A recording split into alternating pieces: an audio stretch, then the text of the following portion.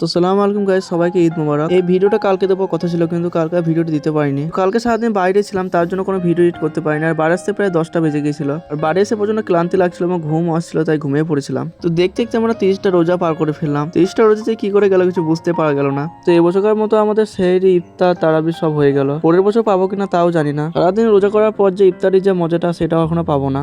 হয়তো আবার সে 1 বছর পর পেতেই পারি, আবার নাও পেতে পারি, সেটা একমাত্র আল্লাহই জানে। তো আল্লাহর কাছে দোয়া করি আলহামদুলিল্লাহ এবছর আমার সুস্থ হবে, শান্তি হবে, রোজাটা পার করতে পারলাম। ইনশাআল্লাহ পরের বছর জন্য এভাবে আবার রোজাটাকে পার করতে পারি। সবার জন্য আবার পরের বছর সুস্থ হবে, রোজা করতে পারে। আল্লাহর কাছে শুধু এটুকুই দোয়া করি। 30টা রোজার সাথে সাথে আলহামদুলিল্লাহ আমার ঈদটাও খুব ভালোভাবে পার করে ফেললাম। আর ভাই, এই ঈদের পুরো দিনটা যে কিভাবে কাটে কিছু বুঝতে পারা যায় না। কখন সকাল থেকে সন্ধে হয়ে যায় কিছু বুঝতে পারা যায় না। মানে কি বলতো, আমরা ঈদের দিনটা খুব মজা করে এবং আনন্দ করে কাটাই, পরিবারের সাথে, বন্ধুদের সাথে, গ্রামের সব লোকের সাথে।